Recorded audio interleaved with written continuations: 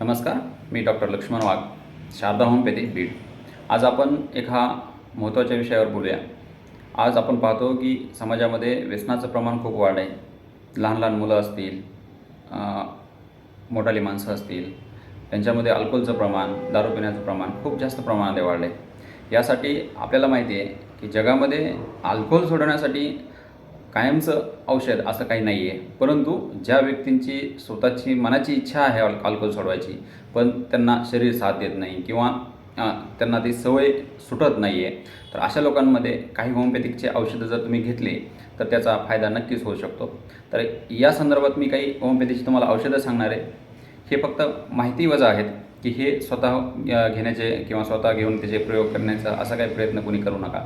हे डॉक्टरांच्या सल्ल्यानेच औषधं घेतले जातात. त्याची मात्रा हे डॉक्टरांच्या सल्ल्यानेच ठरवले जाते. तर ह्या औषधामध्ये काही औषधं आहेत होमिओपॅथीची निवड की जे दारू सोडण्यासाठी चांगल्या पद्धतीने मदत करताना दिसून येत आहेत. ह्यामध्ये आहे नक्सोमिका आहे, आमचं होमिओपॅथीचं औषध असतं.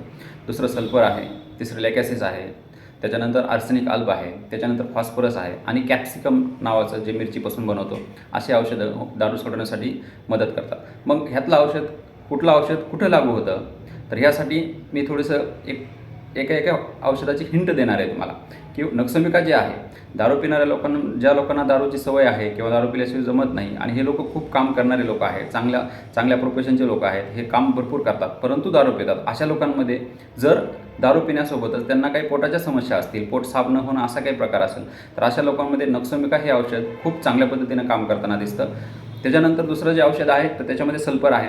सल्फर हे जनरल एक दारूची सवय किंवा दारूची क्रेविंग कमी करण्यासाठी हे वापरलं जातं. त्याच्यानंतर जे औषध तुम्हाला मी सांगितलं त्याच्यामध्ये आर्सेनिक अल्ब आहे.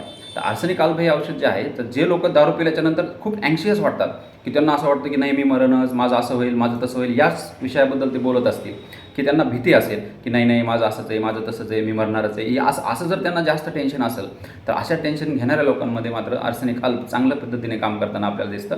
त्यासोबत आपल्याकडं लॅकॅसिस नावाचं एक औषध आहे. आपण पाहतो दारू पिणारे लोक, बरेच लोक दारू पिल्याच्यानंतर शांत झोपतात. काही लोक थोडी जरी पिले तर खूप जास्त बडबड करतात. जे लोक दारू पिल्याच्यानंतर खूप जास्त प्रमाणामध्ये बडबड करतात, टॉकेटिव्ह बनतात, अशा लोकांमध्ये लॅकॅसिस नावाचं औषध खूप चांगल्या पद्धतीनं होमिओपॅथीचं जे औषध आहे तर ते सोडवण्यासाठी, दारू सोडवण्यासाठी मदत करतं. त्यानंतरचं औषध आहे फॉस्फरस. हे फॉस्फरस हे डीप ॲक्टिंग मेडिसिन आहे. आपण म्हणतो की सारखी ती वापरली नाही गेली पाहिजे.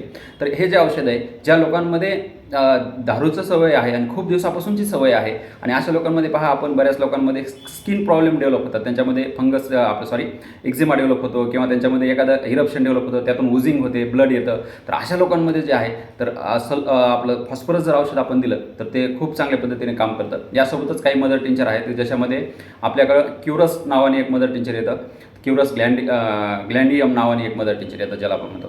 तर हे मदर टिंचर आपण पाण्यामध्ये 10 थेंब सकाळ संध्याकाळ त्या पेशंटला दिलं, रुग्णाला दिलं, म्हणजे दारू पिणाऱ्या रुग्णाला दिलं तरी फायदा होऊ शकतो. त्यासोबतच दारू पिणाऱ्या लोकांमध्ये दारू सोडल्याच्यानंतर खूप अशक्तपणा किंवा नर्वसनेस आपण किंवा असं आपण म्हणतो की ते खूपच असं गळून गेल्यासारखं वाटतो, तर अशा लोकांमध्ये ॲव्हॅनासटावा नावाचं होमिओपॅथीचं औषध खूप चांगल्या पद्धतीने काम करतं. धन्यवाद.